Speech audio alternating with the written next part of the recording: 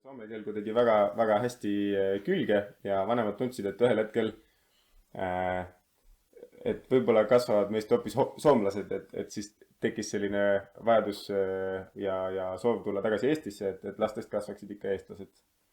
Ja äh, otseselt oli nagu keeruline, ma olen kuulnud vanematel leida põhjust.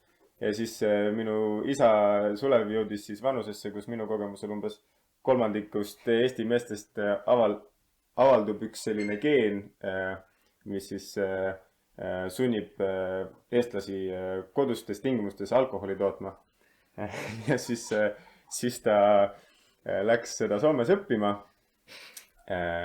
ja õppis aasta aega, kuidas siis kodus veini toota, õlut toota, siidrit.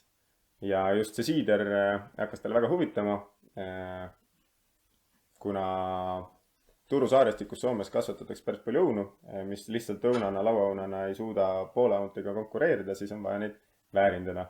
Ja mina mäletan, et ühel hetkel Soomes oli meil väga palju pidevalt erinevaid siidreid laua peal, et vanemad siis neid degusteerisid ja mõtlesid, et võiks midagi ägedat koos teha. Ja ühel hetkel siis 2003 detsembris võtsid siis meie vanemad otsuse, et nüüd on aeg oma siidri tootmine püsti panna ja ostsid siis selle krundi, kus siis kodas praegu asub. Et tegelikult ei ole me üldse Lõuna-Eestist pärit, oleme siis sellised siseimmigrandid Lõuna-Eestisse.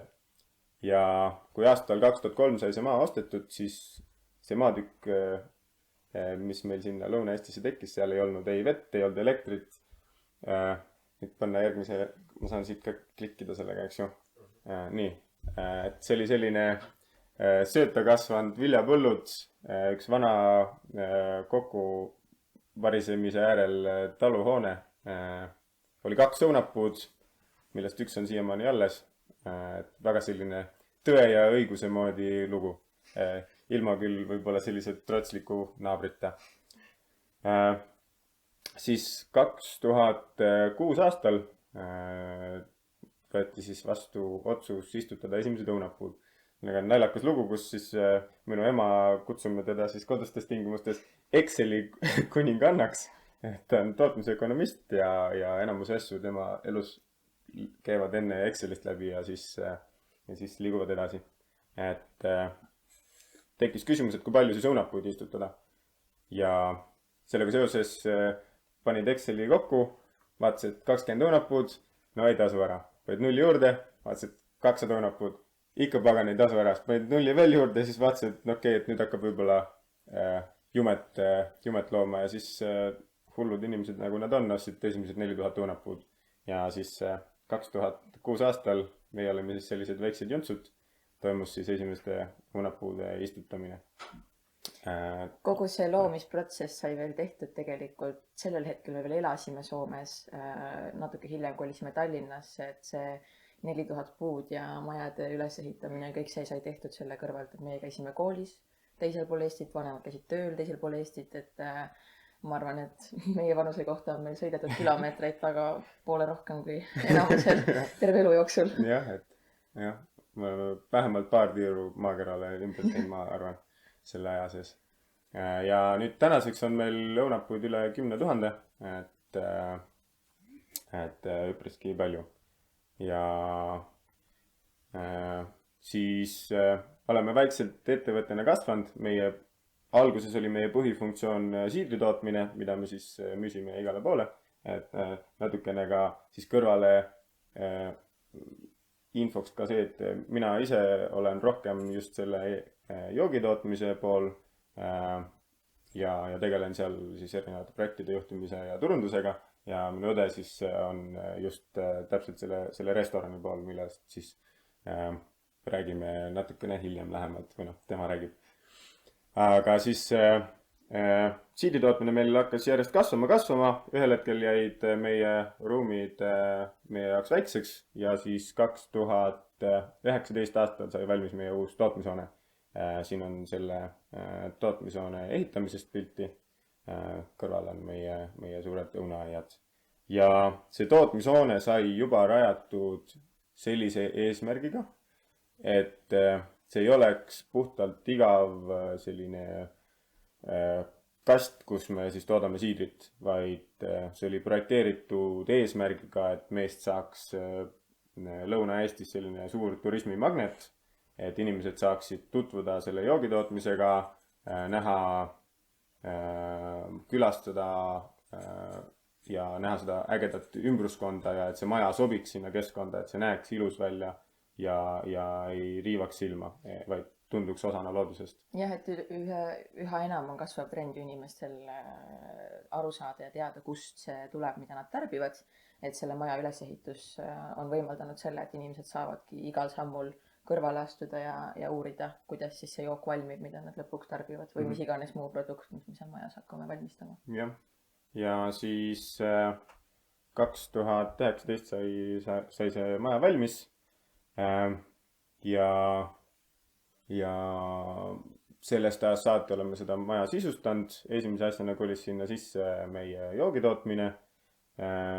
Siis tuli meil äge restoran ja siis nüüd viimasena toimus siis meie destilleerimisruumi ja nüüd ka siis püreeliini sissetoomine. Ja kogu maja on projekteeritud selliselt, et kõikide liinidega saavad inimesed tutvuda ilma tootmist segamata, et see on olnud juba täiesti nagu projekti nullist saati selline kriitiline osa sellest kogu hoonest. Aga nüüd oleme jõudnud täpselt sinna hetke, kus siis ajajärk jõuab Iirise juurde ja tema saab siis rääkida, et kuidas siia ägedasse majja sai meie eriti äge ja populaarne restoran nimega Kodas restoran. Nagu ma siis mainisin, siis kogu see suur kasvuperiood ettevõttel on olnud meil Tallinna ja Lõuna-Eesti vahet. Ja see uus hoone, mida te piltide pealt nägite, valmis just sellel ajal, kui mina olin veel gümnaasiumis. Ja meil on tegelikult 2 vanemat venda veel, aga meie 2 oleme siis lastest need, kes aktiivselt igapäevaselt siin Lõuna-Eestis toimetavad. Ja minu gümnaasiumi aastatel otsustasid siis vanemad lõplikult sellise otsuse teha, et nüüd nad jätavad oma Tallinna eluga hüvasti ja kolivad täiesti Lõuna-Eestisse üle. Ja minu jaoks oli see võib-olla natukene selline lüke, et ma tahtsin neile siis näidata, et ma saan ise hakkama, et otsustasite mind siia nüüd Tallinnasse jätta, et mis seal ikka, ma lähen siis tööle ja hakkan ise toimetama. Ja kuidas ikka Eesti noored või üldse noored raha teenivad kõige lihtsamal moel, teenindussektor, eks ole. Ja ma ei teadnud tegelikult toitlustusest tollel hetkel midagi. Meie pere on olnud alati selline, et me oleme hästi palju kodus ise kokanud. Vanematel on hästi rahvusvaheline taust, seega head toiti me oskame nautida, aga alati on see kodus valmistatud olnud, et restoranides ma pole kuigi palju käinud. Aga siis jõudsin ma omadega sellisesse ägedasse kohta nagu Ülo restoran Tallinnas, kus ma siis kohtasin neid ülejäänud 3 tüdrukut, kes seal pildil on. Vasakult siis Hanna, Kaisa, mina ja Maribel. Ja seal restoranis me koos toimetasime 2 aastat. Tegemist oli siukse kohaga, kus tollel hetkel kindlasti Eestis nagu uudne suund, hästi suur rõhk teenindusel. Teenindaja ei ole lihtsalt vahelüli, et kuidas saabub toit köögist lauda, vaid kogu see meeleolu loomine ja väikeste asjade tähelepanemine ja et ühesõnaga restoranis käimisel kogu elamuse loomisel on nii palju rohkem aspekte kui ainult toit. Ja seal toimetades, ma arvan, kõigil meil oli tulevik väga hägune, keegi väga otseselt ei teadnud, mis me üks päev tegema hakkame, aga me unistasime, et üks päev me avame oma restorani. Ja siis ühel suvel me tulime minu maakottu, siis sellel hetkel ma nimetasin seda veel enda maakoduks, tänaseks päevaks on tänu töökoht. Aga tulime siis sinna jaanipäeva tähistama ja selleks hetkeks oli maja juba püsti. Ja see ruum, kus tänasel päeval on restoran, pidi sinna algselt tulema selline vastuvõturuum, täppruum, tehasepood, mitte midagi sellist püsivalt lahti olevat ja toimivat. Põhimõte ja algne idee oli sellel siis selline, et kui inimesed tulevad meie siis joogitootmisega tutvuma, et siis sinna kohale tulles võib-olla saab neile pakkuda suupisteid, degusteerimise kõrvale neid ka seal, noh, meil oli eraldi ruum katseköögiks ette nähtud, kus me saame siis oma tooteid ette valmistada, aga ka näiteks mingi degusteerimise kõrvale teha mingisuguseid väikseid suupisteid. Et noh, see oli esialgne idee ja siis pärast, kui inimesed siis tuurilt ära tulevad, on oma maitsmised ära teinud, et siis saab neile sealt kaasa müüa. Et see oli selline esialgne idee, aga siis arvestades Iirise seda resto tausta, siis hakkasid sellised jutud tekkima sealt. Samal hetkel tegelikult oli esimene koroona aasta, nii et igasugused reisiplaanid või maailma avastamise plaanid olid niikuinii pausile, et siis tuligi hakata mõtlema, et mida siin kodus korda saata. Ja seesama suvi me siis olime seal Siitrikojas ja restorani terrassil päevitades mõlgutasime mõtteid, et tegelikult on ju päris äge ruum ja köök oli juba olemas ja baarilett oli juba olemas, et tegelikult tingimused olid juba väga head selleks, et siia midagi enamat luua. Ja millegipärast on see algus väga hägune meil kõigil, kuidas see kõik täpselt lõpuks selleni jõudis, et me otsustasime, et me nüüd sinna tuleme ja jääme. Ei mäleta me keegi, aga üks hetk sai siuke otsus vastu võetud, et me neljakesi siis proovime sinna täiesti oma restorani luua. Ma arvan, et seal oli mingi osa oli ka sellisel meie isa sellisel tugeval utsitamisel, et võtke kokku, tehke ära ja et te saate sellega hakkama ja meil on ruumid ja võtke kätte ja tehke ära. Et kõrvalt vaadates ma tundsin seda. Jah. Ja kindlasti võib-olla märkimisväärne ka ära mainida seda, et me oleme kõik alla 25 aasta vanused, et päris noorelt sai siuke hull-julge otsus vastu võetud. Mina olin sellel hetkel isegi 20, kui me otsustasime seda tegema hakata. Ja üheks suureks motivaatoriks kindlasti oligi nii noores vanuses siis täiesti oma ettevõtte ülesehitamine. Meil oli väga palju kogemust teeninduse näol, me teadsime alkoholist, me teadsime teenindusest, me teadsime toidust, aga kogu see juhtimise pool, paberimajanduse pool, kõik see oli nagu jooksev õppimine. Et tänase päevani mult inimesed küsivad, et aga mis sa pärast gümnaasiumi õppima läksid või mis sa praegu õpid? Et siis mulle meeldib ikka öelda, et ma arvan, et see, mis ma viimase 2 aastaga selle restorani kõrvalt olen õppinud, on mitut kraadi väärt. et elukool. Just, elukool. Aga kuna, nagu ma mainisin, see algus sündis koroona ajal, meil oli alguses mitu plaani, kuidas märtsikuus siis juba, eelmise aasta märtsikuus igasuguseid õhtusööke ja lõunasööke ja üritusi korraldada, aga siis järjest tulid igasugused reeglid peale, mis lõpuks sundisid meid siuksesse olukorda, kus me ei saanud koha peal mitte midagi teha ja olles põhimõtteliselt pärapõrgus kuplite vahel ei ole ka otseselt soojatoidu kaasamüügil mingisugust pointi.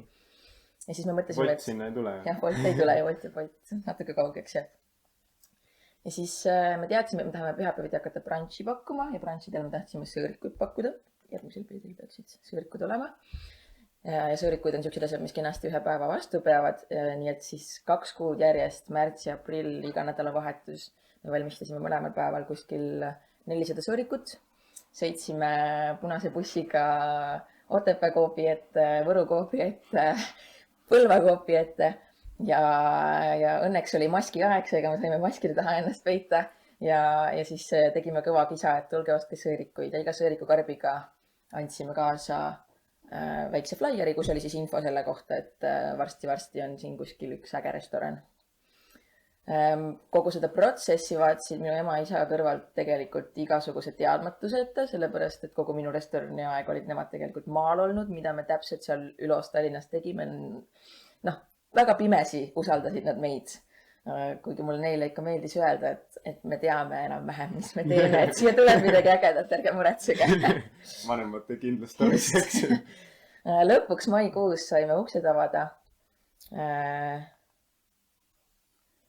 Ja tänu sellele eeltööle, mis me siis 2 kuud olime teinud, oli meil kohe tegelikult ka rahvas olemas ja tänu sellele ka, et me seda nii eksootilises kohas tegime ja 4 noore neiuga tegime, siis ka ajakirjandus korjas selle suhteliselt kiiresti üles, et enne avamist tehti meist ka päris suur lugu Delfis, tänu millele olid esimestel nädalavahetusel paljud inimesed juba kohal.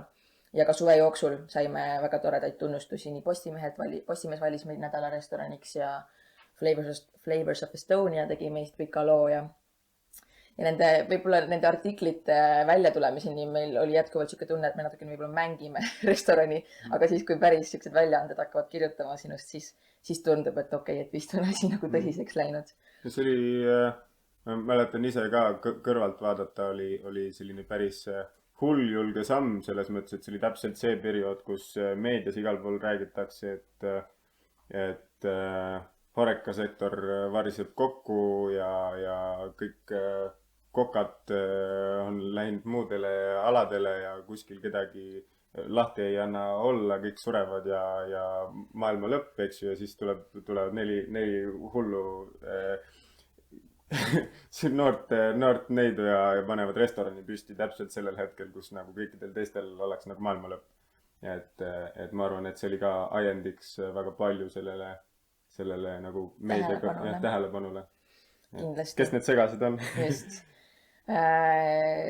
Oluline osa on jäänud mainimata, kes on meie peakokk ja kuidas me tema leidsime. Kahjuks mul pilti ei ole temast siin praegu, aga kogu see alustamise protsess, kui me hakkasime mõtlema, et missugust kööki me üldse pakume ja kes seda tegema hakkab, siis üks ühine mõte meil kõigil oli, et see peakokk võiks olla enam-vähem samas vanuseklassis kui meie. Et me väga ei kujutanud ette, et me, olles nii noored, suudaksime ühist keelt leida võib-olla mõne keskealise tehtud mehega. Et värskete mõtetega on lihtsam peale tulla, kui kõik on nagu sama kogemuse taseme peal. Ja siis, kuna Tallinnas on meil toitlustusvaldkonnas tutvusi väga palju, siis me hakkasime järjest sõpru läbi käima, et kas keegi kedagi teab, kes hästi süüa teeb. Mingisugused mõtted seal oli, kukkusid järjest läbi ja siis lõpuks üks sõber, see oli niimoodi viimases hädas, helistasime talle õhtul kell 10 äkki, et tšau Tormi, et kas sa tahaksid tulla Lõuna-Eestisse, Tallinna poiss. Me täpselt ei tea, mis me veel tegema hakkame ja kuidas see kõik töötama hakkab ja mitu päeva me lahti oleme ja midagi me ei tea, aga kas sa tahaksid tulla meile peakokaks? Ta ütles, et ta mõtleb hetke ja 2 minutit hiljem ta helistas tagasi, et ütles, et ta tuleb. Et saime aru selle kõnega, et tegemist on sama hulljulge inimesega kui meie ise. Ja esimesed 2 kuud enne restorani avamist me ühtegi menüüideed ei näinud, ainult neid sõõrikuid, mis olid väga head, see andis meile lootust.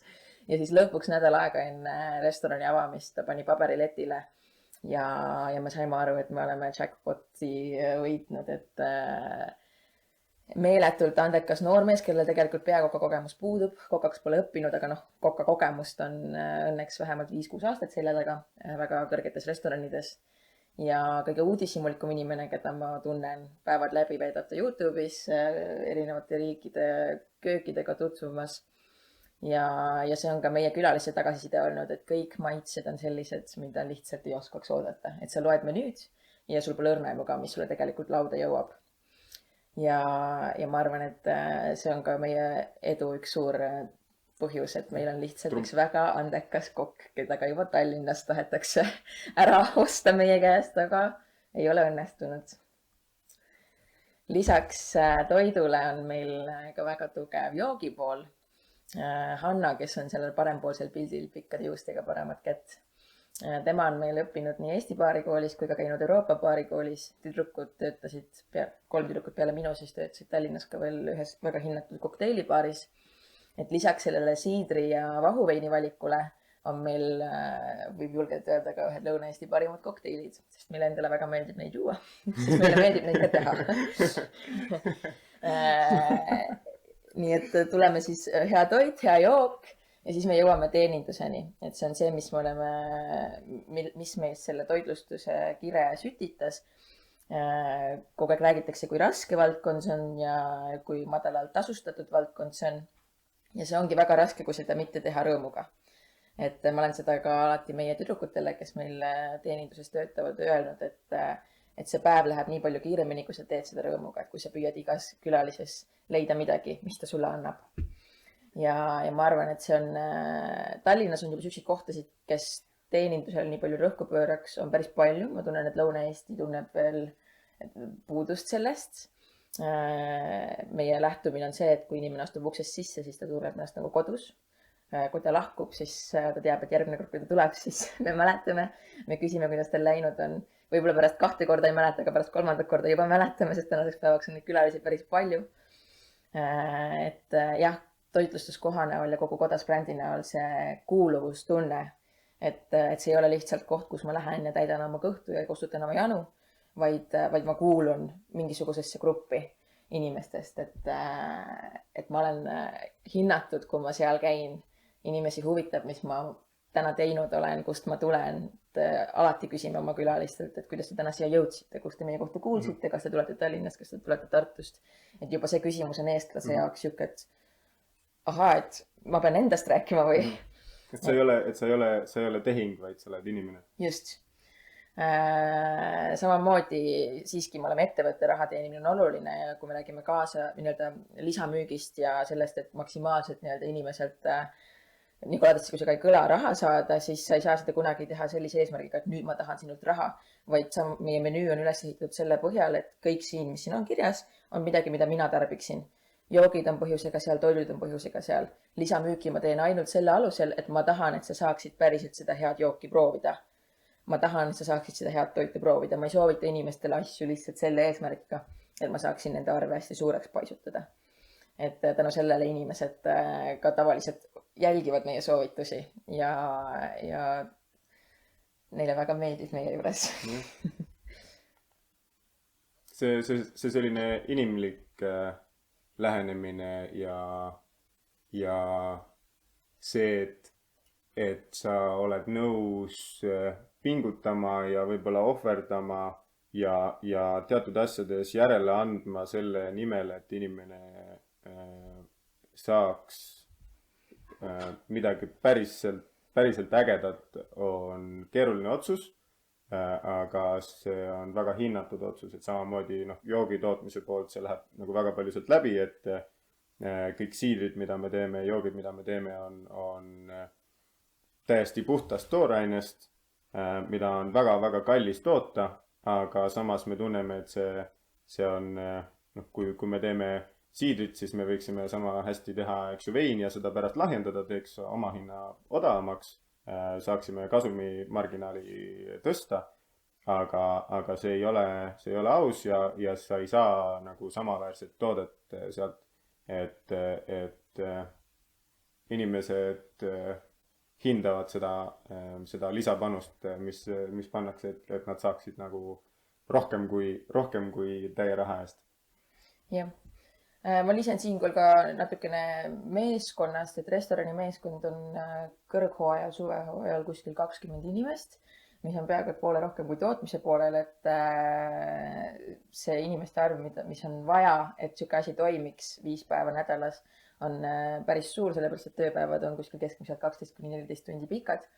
Üks hästi tore motivaator ja parim tagasiside, mis me tüdrukutega oleme saanud ja ma arvan, et see on tänu sellele, et me oleme nii noored ja väga vähe omakasupüüdlikud, on see, et meie kokad näiteks, kes on kõik 30+ ja pikkade töökogemustega, on öelnud, nad ei ole mitte kunagi töötanud nii toetavas keskkonnas ja sellises keskkonnas, kus puudub klatšimine, puudub tagarääkimine, puudub mingisugune info mittejagamine, et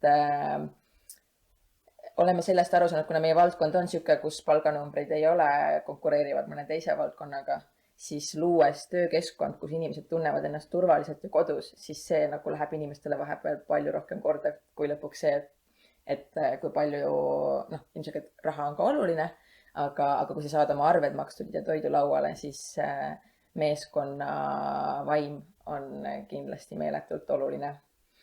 Et meil on kõik väga aus ja kõik saavad kõike alati öelda ja rääkida, eriti arvestades seda, kui pingeline meie valdkond on.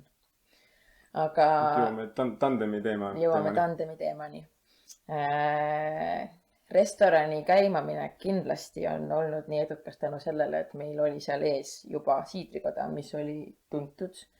Seal oli maja püsti, seal on tootmine, mida saab näha. Need 2 ettevõtmist toetavad üksteist väga, on inimesi, kes tahavad ainult süüa, on inimesi, kes tahavad ainult tuuri näha ja siis on hästi suur hulk inimesi, kes planeerivad need asjad kokku. Et planeerime tuuri, pärast seda degusteerime ja siis istume maha ja sööme. Et enne kui restorani ei olnud, siis oli suurte gruppidega tihtipeale küsimus, kas teilt saab lõunasööki ka või et meil on ala päevakava paigas, aga lõunasöökiks peame kuhugi mujale sõitma. Või siis vastupidi, et oleme Lõuna-Eestisse tulemas, tahame süüa, aga mis veel saaks teha, et tahaks veel midagi näha, tahaks veel uut infot et need kaks on nagu kindlasti väga tugevalt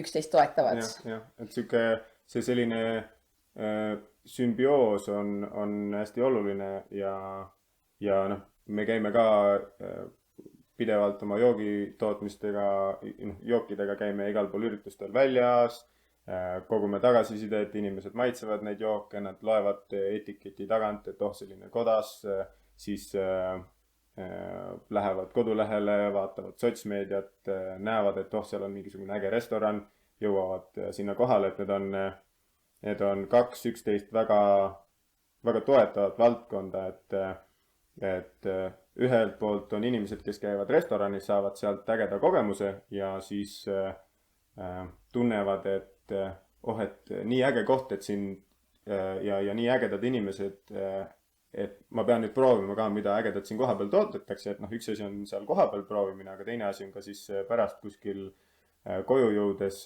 neil on see restorani nimi meeles, nad on puutunud kokku selle sotsmeediaga, selle tohutult ägeda atmosfääriga, mida tüdrukud loonud on. Ja siis see on väga hea koht, kus siis meie jooke proovida ja samamoodi, kui nad joovad meie jooki ja need väga meeldivad, siis võib-olla ainult joogi tootmise külastamine, see on selline nišivärk pigem. Nišikas, see ei ole nagu nii laiatarbeline või siis on inimestel mure, et ma tulen sinna, seal on 1,5 tundi on tuur ja degust, aga see on väga kaugel, et siis mul on küsimus, et kas ma saan seal kuskilt lõunasööki, mida mul seal veel ümberringi teha on, et see restoran on nagu ideaalne koht, et nad tulevad sinna, nad saavad oma tuuri, nad saavad jooke maitsta, siis nad saavad veel kõhuga täis ja veel selle nagu uskumatu elamuse. Ja väga palju on kogu see info meie kohta levinud just läbi selle tohutult positiivse tagasiside, mis inimestel on, et enamus inimesi, kes meie juurde satuvad, tulevad tänu sellele, et ma kuulsin, et keegi käis seal ja seal oli niivõrd äge ja see selline hetkel ta ei ole isegi niivõrd nagu kureeritud või meie suunatud, et me ütleks inimestele, et rääkige meist, jagage meist, vaid me oleme keskendunud just põhiliselt sellele, et inimestele pakkuda võimalikult äge elamus ja see on töötanud piisavalt hästi, et nad räägivad ise meist. Jah, restoranis teenindades meil on alati ka kindel küsimus, et kuidas te meieni jõudsite. Ja tavaliselt on 2 vastust, kas Instagram noorema generatsiooni puhul, mida teeb meil Kaisa-Leena, üks 4 tüdrukust, absoluutselt tipptasemel turundaja. Tänaseks päevaks on meil restoranil peaaegu 3000 jälgijat, mis on restorani kohta päris hästi. Ja teine vastus on siis, et sõber rääkis või tuttav rääkis või keegi rääkis. Et kui mõelda, turundusel on väga palju tahke, me võime panna hästi palju raha internetiturundusele alla. Aga kui mõelda kas või enda peale, siis kui ma scrollin Facebookis ja mul käib silme eest restoran läbi, oli ilus pilt, võib-olla jääb meelde. Aga kui mulle tuleb keegi ja ütleb, kuule, ma käisin siukses kohas, siukse nimega, mega hea toit oli ja mega äge kogemus, siis see jääb mul kohe kindlasti meelde, et ma panen selle isegi kirja endale kuhugi notesides, et vot sinna ma tahan minna. Ja ma tunnen, et restorani ja tootmise puhul on ka hästi pull vahepeal näha, kuidas nad oma elusid elavad selle koha pealt, et vahepeal jõuab meile restorani inimesi, kes tulevad konkreetselt teadmisega, et siin on restoran ja nad on nii segaduses, et miks on hoovi peal traktorid, miks siin on mingisugused suured õunakassid, et mis siin toimub, et kas see on nagu kellegi koduhoov, siis me anname mõista, et me oleme tegelikult tootmise keskel. Või siis vastupidi, tullakse sealt uksest sisse, tahetakse jooki osta ja nähakse, et saal on puubisti täis. Et mis siin toimub, et kas siin on mingi erapidu, siis mõtlesin, et siin toimibki restoran, et järgmine kord, kui tulete siidrit ostma, et tulge istuge maha ja sööge ka natukene. Jah, et see on selline oluline punkt, mida me siin enne põgusalt puudutasime, on selline kui rääkida nagu äriliselt, et siis turismiettevõtte puhul, mida ka paljudes projektides jälgitakse, mis on selline üks olulisem mõõdikute selline kogum, on see, et kui kui pikaks ajaks inimene sinu juurde tuleb ja kui palju ta selle jooksul raha kulutab. See on nagu puhtalt ärilised numbrid ja see, et meil on seal kohapeal on siis joogitootmine, sellega tutvumine, tuuritamine, degusteerimine, kõik on väga nagu joogi poolt me oleme teinud selle selliselt, et see tuuri hind on väga mõistlik, ei ole seda lükanud väga kõrgeks ja see on just selline, et ta tunneb, et ta saab rohkem kui see, mille eest ta on maksnud ja see sageli järgitab inimesi ka rohkem kaasa ostma.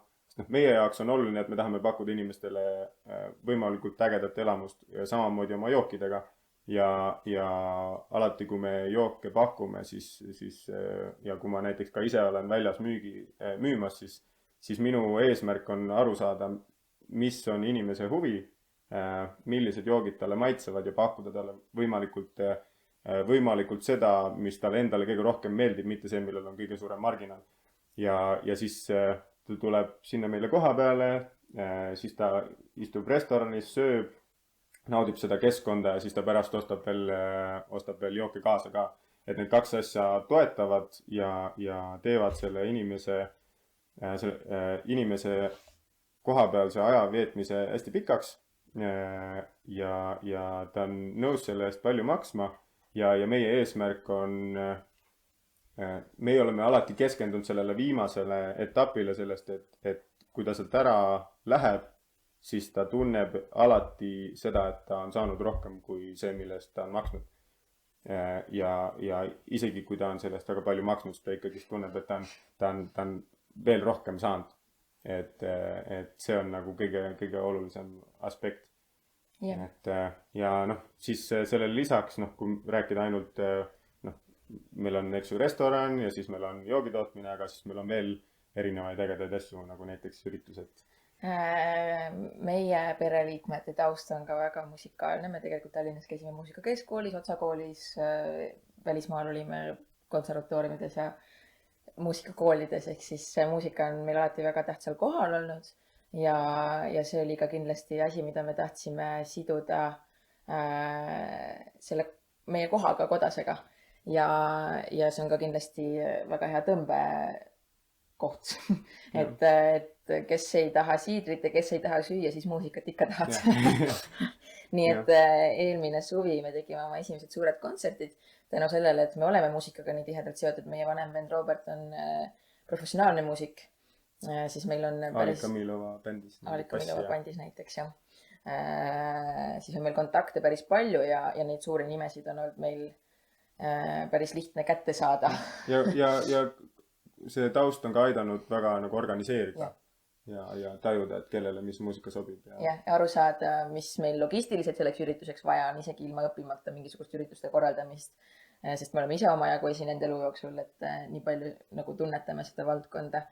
Ja eelmisel suvel olidki meil 2 bändi, Miljardid ja Nöpp, ja sellel suvel oli ka 2 bändi, Alika Milova ja Taagö. Ja kõik need 4 kontserti on olnud väga-väga edukad. Taago ja Nöpp olid mõlemad kuskil 400 inimest ja Alika Milova ja Miljardid olid kuskil 200 inimest. Ja nendele üritustele jõuavad inimesed, kellel pole üldse õrna, aga siis Kodas on, et nemad on näinud turunduses kuskil, et nende lemmikartist esineb kuskil siin Lõuna-Eestis meile lähedal. Nad jõuavad kohale ja siis nad saavad aru, et siin on tegelikult midagi veel. Ja need üritused on alati hästi ägedad selles osas, et see meie loodus seal ümberringi on tohutult ilus ja see keskkond on ta on selline minimalistlik, modernne, samas nii kodune, looduslähedane ja selline äge ja kaunis loodus, et nad saavad seda kogeda, siis nad saavad lisaks sellele ägedale muusikakogemusele saavad tohutult maitsvat restoranitoitust. Meil on alati, restoran teeb siis mingisugust näputoitu või rohkem sellist festivali või kontsertitoitu. Siis meil on alati väljas ka meie joogitelk, kus nad saavad siis kohalikku jooki või siis kokteile. Siis nüüd sellel aastal me tegime ka nii, et enne kontserti me tegime ka ühe tuuri, kuhu inimesed said omale siis tuuri ja degusti pileti osta, et enne seda, kui kontsert hakkas, nad said tutvuda ka kogu tootmisega. Ja inimeste huvi oli suur, et me osteti kõik välja. Panime tuurile maksimumpiletite arvu, sest kõik ei mahu lihtsalt majja sisse. Ja igal kontsertil, see suvi olid need tuurid, said need välja müüdud, et inimesed olid valmis lisaks kallile kontsertipiletile maksma veel lisaks, et näha, mis siin majas veel tehakse, et see on see kogu kompott. Ta ei tulnud ainult muusikat kuulama. Täpselt. Et ta saab nii palju rohkem kui ainult ühe kontserti. Ja see on hästi äge olnud. Ja siis talveperioodil ka, et talveperiood, ma räägin restorani poolest, on alati natukene keerulisem. Kuna me oleme Otepää lähedal, siis sinna satub küll inimesi nagu talvitama, aga siis ka talveperioodil sai meil korraldatud selliseid esinejaga eraldi õhtusööke, mis olid ka väga populaarsed, et praktiliselt alati müüdi kõik välja. See on alati kõigile väga suureks üllatuseks, aga jah, meil on nüüd 1,5 aastat selja taga ja esimene talv me olime avatud. 2 kuud sügisel puhkasime esimesest hooajast, aga detsembrist kuni suveni me olime reede, laupäev, pühapäev avatud ja jäime ellu. Vaatame, mis see talv saab. Aga jah, talvel oli meil iga kuu vähemalt 1-2 eriüritust ka, et kui lihtsalt restoran ei kutsunud, siis need eriüritused andsid ikka mingit lisaväärtust. Aga me peame vaikselt vist liikuma siin lõpupoole. Jah, et nüüd viimane samm, mida me tahame siis inimestele pakkuda lisaks sellele, et kuna me oleme väga kauges kohas, siis palju meilt küsitakse seda, et tahaks tulla restorani, tahaks maista siidrit, aga meil siis on nagu keegi peab olema kaine autojuht, koju sõitma. Sellele lisaks on meil tootmishoones ka võimekused seminaride tegemiseks. Meil on kiire internet ja oleme tegelenud selliste ka nagu kaugtöövõimaluse ja tiimiürituste väljaarendamisele, siis nüüd selle sügise jooksul tekib meil ka võimekus inimesi väikses koguses majutada. Et see on selline lisa asi, mida inimesed saavad meie juures teha ja sellest ka siis lisaelamust saada, et meil on seal tohutult ilus loodus. Viimase pildi peal näete ka väikeseid pilte, et jah, nüüd selle sügise jooksul tekib meil sinna kõigele lisaks veel ka majutus. Et inimene saab nii palju rohkem, kui ta võib-olla isegi oskab ette kujutada. Kindlasti sellise ettevõtte ülesrajamisel või idee loomisel soovitan mõelda sellele, et mis on need võimalikud lisafunktsioonid ja lisaväärtused, mida luua, aga samamoodi ikkagi esialgu see põhisuund või 1-2 suunda nagu hästi toimima panna ja sealt kõrvalt neid lisaprojekte hakates siis juurde arendama, et kui võtta endale selline amps, et nüüd ma hakkan 5 erinevat projekti korraga arendama, siis lõpuks ei tööta ükski, et meil oli õnneks see maja seal püsti, tootmine töötas, siis tuli restoran, tänaseks päevaks on meil seal kange alkohol, varsti püreeliin, varsti majutus, et see kõik võtab aega, et Siidrikuja puhul on see võtnud aega nüüd varsti 20 aastat. Jah, et see võtab aega ja oluline on saada, ega me ise ei ole ka alati selles nagu kõige paremad olnud, aga nagu kogemused on õpetanud, et saa üks asi tööle ja siis vaata, mida inimesed küsivad ja siis inimeste nagu tagasisidest lähtudes arendada juurde asju. Et ise võid ette kujutada küll igasuguseid asju, aga klientide tagasiside on niivõrd oluline, et samamoodi see majutus on tulnud sellest, et meilt on seda väga-väga palju küsitud. Ja meeskond samamoodi, et ega üksi häid asju korda ei saadeta, et suurte plaanide elluviimisel on meeletult oluline see, kellega koos sa seda teed ja meelde tuleb jätta, et inimesi ei motiveeri ainult rahanumber, et inimesi ja oma töötajaid ja oma meeskonda tuleb meeles pidada, motiveerida, anda neile lisaväärtust koolituste näol, kogemuste näol, elamuste näol, eriti kui see on kuskil kaugel kuplite vahel, nagu meie oleme. Meil käib näiteks üks tippkokk Tallinnast terve suvi käis tööl sellise hinna eest, mis oli talle põhimõtteliselt taskuraha lihtsalt sellepärast, et ta tahtis meie juures olla. Meil on restoranile olemas ka ööbimisruumid, kus nad saavad siis koha peal majutada, kui on restoranpäevad. Et see on ka hästi oluline, et ei pea nii palju liikuma. Aga mul on tunne, et siin võib-olla on küsimusi ja me oleme nüüd valmis vastama küsimustele, et et me täname väga kuulamisest. Siin on väike pilt meie sealt ägedast loodusest ka. Meil on nüüd restoranil 3 nädalat puhkust, aga oktoobri lõpust saate meile juba külla tulla, nii et helistage, kirjutage ja me ootame teid kõiki siidrikotte. Ja tulge tiimiga meie juurde vaatama, kuidas see kõik siis kohapeal toimub ka. Et meie juures väga palju käivad erinevad ka turismi ja Horeca sektori ettevõtted just meiega tutvumas. Et aitäh! Aitäh! Nii, aga piilame korraks ekraanile, kas meil on küsimusi? Hetkel ei ole meil, aga minul on küll üks küsimus, et te rääkisite tootmisest ja te rääkisite imelisest restoranist ja majutusest, aga kas on plaanis ka cateringi teha? Et see on nüüd olnud meil mõttes. See on valdkond, millega meil kellelgi otseselt kokkupuudet pole olnud. Esimene talv oli meil koroona, nüüd see aasta on meil majandus. Et kindlasti me peame hakkama mingisuguseid väljundeid otsima, et me oleme ka tüdrukutega mõelnud koolituste peale, et kas siis kokteilid või teenindus, et see on asi, mille poolest meid on kiidetud, et miks mitte neid teadmisi jagada. Aga jah, catering, me oleme praegu võtnud sellise seisukoha, et kui keegi küsib, siis me vaatame, kas see on meil võimalik teha ja võib-olla sealt see asi läheb lahti. Väga tublid. Aga väga palju tooraineist on teil kohalik kindlasti ümberkaudu, aga olete mõelnud ka ise midagi kasvatada või juba kasvatate? Praegu, kuna seal õunaaedade vahel on meil ka kartulipõllud näiteks, siis kartul on meil oma, rabarber on meil suvel oma, õunad on meil omad. Nii palju, kui meil on kohalikke ümbritsevaid tootjaid, on meil nii palju ka kohalikku. Küll aga pean ma selle ära mainima, et kui me tahaksime teha restorani, mis oleks 100% Eesti toorainest, siis need pearoogade hinnad oleks tänasel päeval üle 50 euro. Et lihtsalt, kui tahta luua kasumlik ettevõte, siis teha sellise majandamisega restorani, siis see oleks väga-väga nišiturg. Et tänasel päeval on see elamine lihtsalt nii kalliks läinud, tootmine nii kalliks läinud, et kõike teha kohalikust on väga-väga raske. Aga me unistame, et üks päev oma kasvuhoonet saada püsti, et kas või... Oma kanad. Näiteks kana, selles mõttes me oleme selle protsessi läbi leidnud väga ägedaid inimesi ümberkaudu, et meil on üks hea sõber, kes kasvatab mahebroilerit. Ta on jätkusuutliku põllumajanduse edendaja, et see suvi me saime nagu tip-top kana tema käest, et elab 7 minutit meie juurest, et siuksed ägedad kontaktid jõuavad meieni. Väga tublid. Ma nägin, et ka slaidil ja muidu ma tean ka, et teil on väga äge see iglumajutus. Kas on plaanis veel juurde laiendada? Meil hetkel on püsti üks ja nüüd tuleb 2 või 3 tuleb juurde. Et ka see, meil on ikkagi igas asjas oleme lähtunud pigem sellest, et me ei taha asja massidesse ajada, et mingisugust suurt torni me püsti ei pane, kus on 50 magamistuba.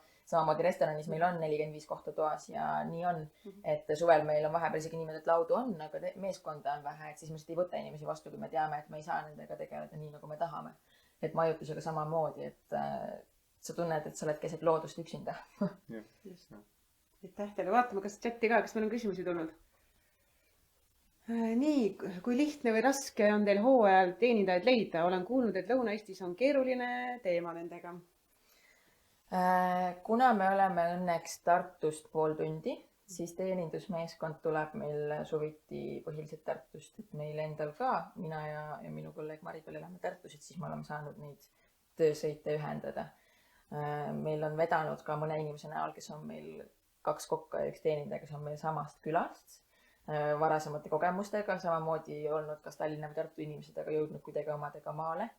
Et see suvi oli meil juba kindlasti väga palju parem kui esimene suvi, sest esimene suvi meil ei olnud võib-olla enesekindlust võtta kõiki, sest me ei teadnud, kas see asi käima läheb. Aga see suvi, kus me teadsime, et külalisi on, siis oli meil julgust ka endale rohkem meeskonda palgata. Talvel on see kindlasti keerulisem selle koha pealt, et meil ei ole inimestele lihtsalt pakkuda täiskohaga tööd, et kui on inimesed, kellel on võimekus või aega teha näiteks mitu tööotsa korraga, et nädala sees töötab kuskil mujal ja nädalavahetustel on meie juures, siis see kindlasti on kergem. Aga ühesõnaga toitlustusvaldkonnas töötajate leidmine on alates koroonast täielik peavalu igal juhul. Kas meil on veel küsimusi? Nii, siin öeldakse samuti, et suur tänu, väga lahe, tublid olete, et hoiate head vaimu peres ja tööl, edu teile. Ja selline küsimus veel, väliskülalised, välisturistid, et kuidas liigute selles suunas, olete püüdmas?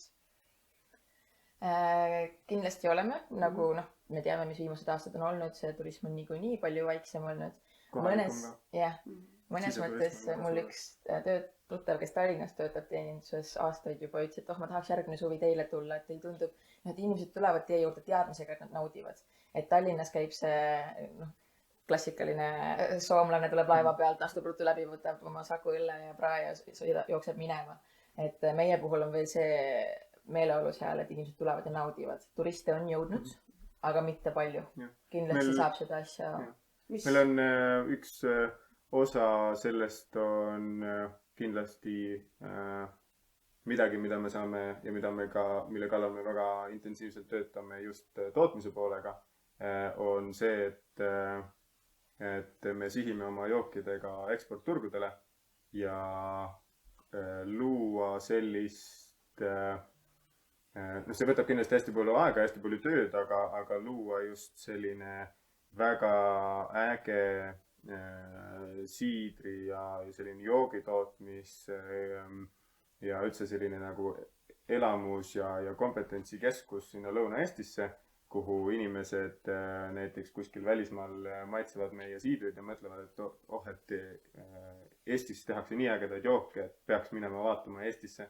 Et midagi sellist nagu tehakse näiteks Šoti või Iirimaal viskidega, et selline viskiturism on väga suur teema, et minnaksegi siis Šotimaale, vaadatakse omal erinevad need joogikohad valmis ja minnakse sinna koha peale. Et majutus toetab seda, restoran toetab seda. Majutus tõenäoliselt, kui see käima läheb, siis kindlasti toetab. Ja me töötame ka väga intensiivselt just eksportturgude kallal ja see on alati asi, mille me paneme juurde sinna oma väärtuspakkumisse, kui me räägime oma edasimüüjatega ja ka klientidele turundame, et meie juurde saab koha peale tulla. Kindlasti see lävi on palju suurem ja see selline barjäär, et inimene lendaks Eestisse ja tuleks sinna meile külla, see barjäär on palju suurem, sest siis sa pead talle kokku panema ka paketi, mis sisaldab palju rohkem kui ainult sina ise. Et selleks on Eesti siidriteed, veiniteed ja Visit Estonia teeb palju tööd selle kallal. Et see on rohkem kui ühe päeva teema alati, et see on midagi, mille kallal peavad nägema vaeva rohkem kui üks ettevõte. Et Itaalias teevad seda veinivillad, Prantsusmaal ka ja britid teevad viskit ja et see on juba rohkem kui ühe ettevõtte teha sageli. Aga suured tänud teile väga inspireeriva ettekande eest ja palju edu teile, teie perele, et te olete nii ägedat asja, teete nii ägedat asja.